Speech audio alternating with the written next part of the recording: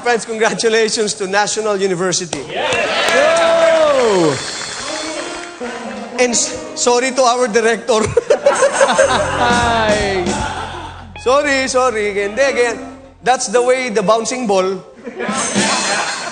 No, but congratulations. After 60 years, friends, nanalo na ang, after 6 years, National University is the UAAP champion.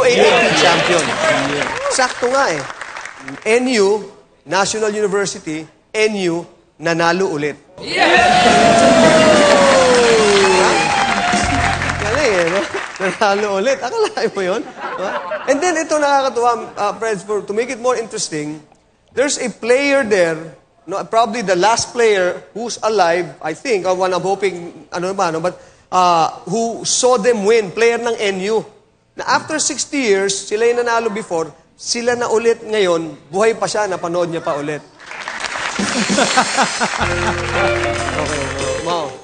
Kaya nga yung dugo niya, matanda na eh, no? Matanda na eh, no? Si Tatang. Yung dugo niya, NU rin eh. Huh? Oy, NU? Nabuhay ulit. Oy,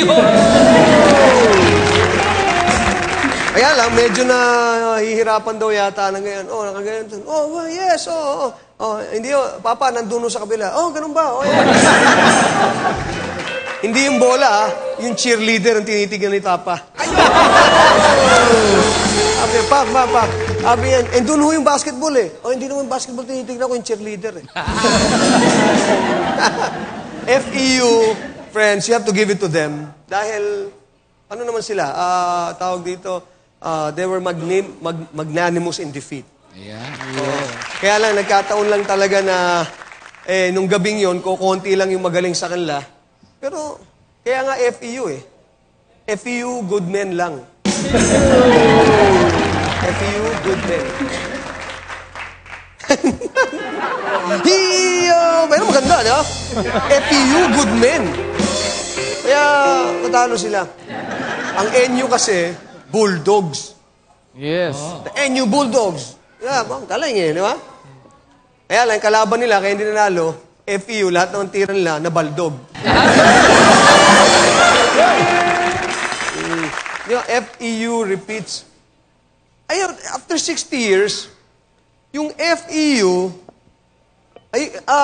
sila rin ang tinalo ng NU. Hoy! Ano ba yan? Trivia yan, ha? Sila rin ang tinalo ng NU. So, talagang history repeat itself, but in a bad way, no? Oh. Pero okay na rin. At least, maganda naman yung gano'n na you cannot win all the time. Di ba? Yes. Kaya, in that way, yung FEU, since medyo okay pa rin sila, ang FEU naman forever united.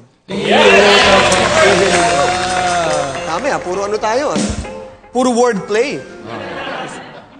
Dapat yata, ano na lang to, game show. Puro wordplay. Pero ang nanalo talaga dyan, yung sino? Panalong-panalo. SM. Hoy! Kasi sila may-ari ng dalawang team na yun eh. SM. Binigyan nga sila, sabi na, because nanalo kayo, don't worry, first runner-up ang FEU, bibigyan kayo ng 5,000 gift certificate sa SM. At dahil nanalo ang NU, bibigyan kayo ng 10,000 gift certificate ng SM. Doble. Oh my God. Anyway, ang daming malungkot. Yung director natin malungkot. Ang daming nagkasakit. Ay! Director natin nagkasakit. Aba? Pero ang pinaka-apektado, si Vice. Bakit? Oy! Oo. Kaya pala yan, sumama yung tiyan. Nung una, natatalo na, pero natuluyan. Kasi natalong FEU. Yun, nagka-LBM. Umikidlat. Hindi sang-ayon ng universe. Oh.